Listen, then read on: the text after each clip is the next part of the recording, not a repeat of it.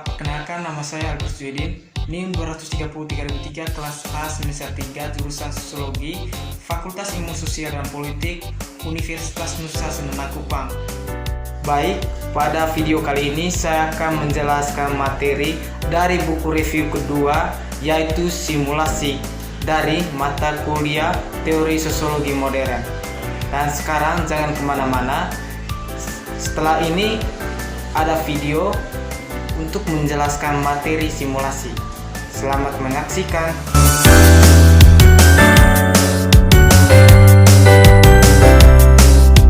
Bab 1, presisi simulakra. Nah, sekarang saya akan menjelaskan apa yang dimaksud dengan simulakra. Kata simulakra berasal dari bahasa Latin, yaitu simulacra, yang berarti gambaran, tiruan, atau sesuatu yang menjadi realitas. Dengan demikian, maksud dari simulacra adalah suatu kebohongan berupa tanda atau image yang dibangun seseorang yang memiliki sifat pada kontennya tak jauh dari realitas asli orang tersebut. Saya akan memberikan salah satu contohnya. Misalnya, ada seseorang mencari realitas kehidupan berdosa dan kurang bermoral. Namun, melalui akun pribadinya, melalui media sosial misalnya, dia bisa saja memposting hal-hal yang bersifat religius, mulai dari gambar, foto, atau ayat-ayat dari kitab suci. Dalam hal ini, orang tersebut sedang melakukan suatu simulasi yang berbeda dengan realitas dirinya yang asli. Inilah yang disebut dengan simulacra. Ada orang yang begitu hebat gagasan-gagasannya, ide-idenya, melihat sangat bermoral dan berintegritas. Dan semua itu ia posting di media sosialnya. Namun sebenarnya ia tidak sehebat dan berperilaku tidak bermoral dalam kehidupan sehari-harinya. Ada orang yang tampilannya terlihat harmonis dan ketika menonton di media sosial, namun kenyataannya ia hidup seperti di neraka di rumahnya. Orang-orang tersebut sedang membangun citra realitas semu dan tidak sesuai dengan kenyataan yang sebenarnya. Ia sedang melakukan simulasi yang berbeda dengan realitas. Itulah namanya simulasi. Jadi itu tadi maksud dari simulacra dan contoh dari materi. Dan sebelumnya saya akan menjelaskan apa yang dimaksud dengan presisi simulacra. Baik, presisi simulacra itu sendiri adalah peta yang menghasilkan wilayah. Karena itu dengan hal yang sama, maka imperialisme yang coba dibuat oleh simulator masa kini semua nyata, bertepatan dengan model simulasi mereka.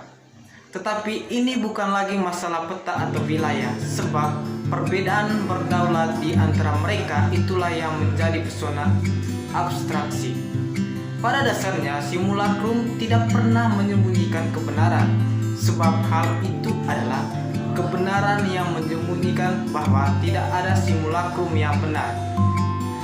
Simulasi yang terakhir dimulai dari prinsip bahwa tanda dan real adalah ekuivalen. Apa yang dimaksud dengan ekuivalen? Baik, saya akan jelaskan. Ekuivalen merupakan salah satu materi dalam mata pelajaran matematika. Dikutip dari KBBI, ekuivalen artinya nilai atau ukuran atau efek yang sama, seharga, sebanding, dan sepadan. Bahkan jika ekuivalen ini adalah entopis, maka itu adalah aksioma mendasar. Namun sebaliknya, simulasi pertama dimulai dari utopia, prinsip kesetaraan dari negara-negara radikal, dari tanda sebagai nilai, dari tanda sebagai pembalikan dan hukuman mati dari setiap referensi. Sedangkan representasi mencoba menyerap simulasi dengan menafsirkannya sebagai representasi palsu. Simulasi menyelimuti keseluruhan bangunan representasi sebagai simulakrum itu sendiri, maka hal itu akan menjadi fase berturut-turut yang akan membuat 1. Cerminan dari realitas dasar. 2. Menutupi dan memutarbalikkan realitas dasar. 3. Menutupi tidak adanya realitas dasar. 4. Tidak ada hubungannya dengan realitas apapun. Bab 2. Perintah simulakra. Pada dasarnya terdapat 3 urutan penampilan sejajar dengan mutasi hukum nilai telah mengikuti satu sama lain sejak Renaissance. Yang pertama, palsu adalah skema dominan klasik periode dari Renaissance hingga revolusi industri. 2. Produksi adalah skema dominan era industri. 3. Simulasi adalah skema yang berkuasa dari fase saat ini yang dikendalikan oleh kode. Urutan pertama, simulakrum didasarkan pada hukum alam nilai, bahwa dari urutan kedua pada hukum komersial dari nilai, urutan ketiga pada hukum struktural nilai. Ada beberapa subbahasan dari materi perintah simulakra. A. Malaikat plesteran. Di dalam masyarakat kasta, feoda atau kuno, masyarakat yang kejam, tanda-tandanya adalah jumlahnya terbatas dan tidak tersebar luas, masing-masing yang berfungsi dengan nilai penuhnya sebagai larangan. Masing-masing adalah suatu kewajiban timbal balik antara kasta. Klan atau orang, karena tanda-tanda itu sama sekali tidak sebenang-benang. Sebenang-benang tanda dimulai ketika ahli-ahli menghubungkan 2 orang dalam timbal balik yang tidak dapat dipecahkan. Penanda mulai merujuk kembali ke alam semesta yang kecewa dari yang ditandai umum penyebut dunia nyata yang tidak dimiliki siapapun.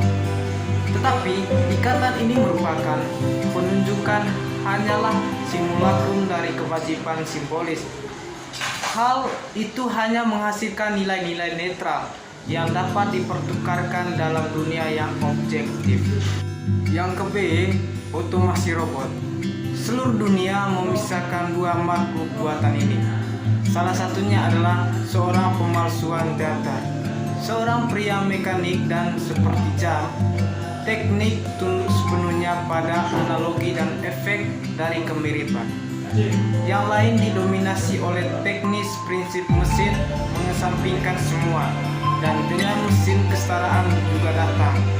Otomat memainkan bagian dari penggawa dan perusahaan yang baik, itu berpartisipasi dalam permainan teater dan sesuai dan sosial Prancis yang revolusioner.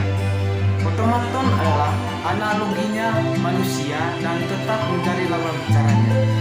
Mesin itu setara dengan manusia dan lampiran dirinya dalam kesatuan proses operasionalnya. Ini adalah perbedaan antara simulakrum orde pertama dan salah satu dari kedua. Simulakrum orde pertama tidak pernah dihapuskan perbedaan. Itu mengandaikan selalu terdeteksi perubahan antara kemiripan dan kenyataan, khususnya permainan halus dengan lukisan.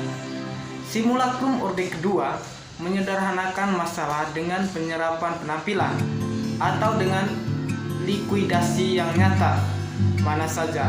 Dia menetapkan dalam hal apapun suatu kenyataan, citra, gema, penampilan. Itu pasti kerja mesin sistem industri produksi secara keseluruhan yang secara radikal bertentangan dengan prinsip ilusi teater. Yang ke-C, simulakrum industri. Ini adalah generasi baru dari tanda dan objek yang datang dengan revolusi industri. Tanda tanpa tradisi kasta yang tidak akan pernah mengenal ikatan apapun pembatasan. Mereka tidak lagi harus dipalsukan karena mereka akan diproduksi sekaligus pada skala raksasa. Masalah-masalah keunikan mereka atau mereka asal tidak lagi menjadi masalah. Asal mereka adalah teknik. dan satu-satunya indera yang mereka miliki adalah dimensi simulacrum industri.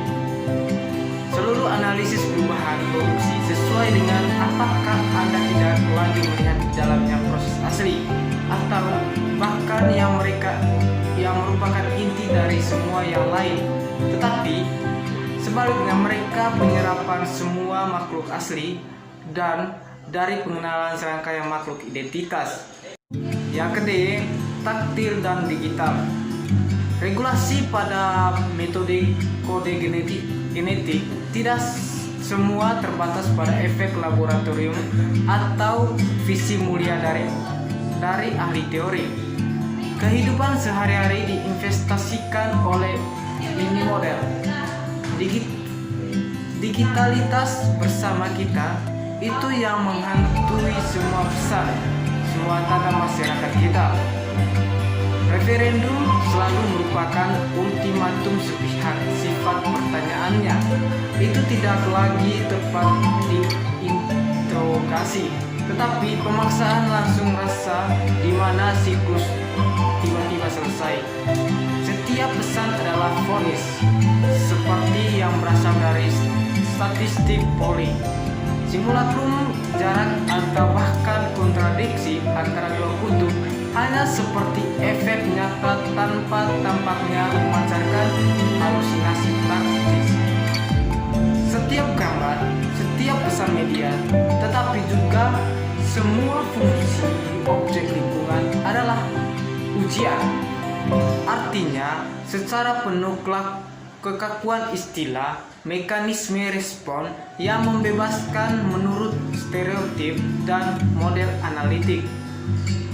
Opini publik adalah par excellensi pada saat yang sama media dan pesan, dan jajak pendapat yang menginformasikannya adalah pemaksaan terus-menerus dari media sebagai pesan, di mana rasa mereka memiliki sifat yang sama.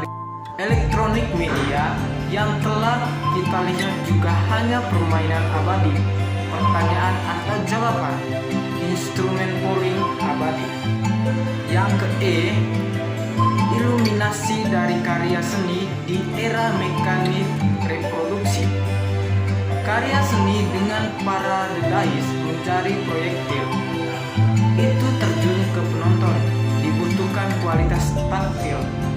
Elemen divergen dalam film juga menjadi yang pertama dan utama elemen taktil, berdasarkan secara efektif pada perubahan konstan tempat dan sudut kamera yang merangsang penonton. Peran pesan tidak lagi di informasi, tetapi pengujian dan polling, dan akhirnya kontrol atau peran kontra, dalam arti bahwa semua jawaban Anda sudah ada tertulis dalam peran pada daftar yang diantisipasi dari kode. Bacaan pesan itu kemudian hanya merupakan pemeriksaan terus-menerus dari kode. Setiap gambar, setiap pesan, tetapi juga semua fungsi objek lingkungan adalah ujian. Artinya, secara penuh kekakuan istilah mekanisme respon yang membebaskan menurut stereotip dan model analitik. Baiklah teman-teman, itulah hasil materi yang saya bawa pada hari ini. Semoga materi yang saya bahas pada hari ini bisa bermanfaat bagi teman-teman semua. Terima kasih.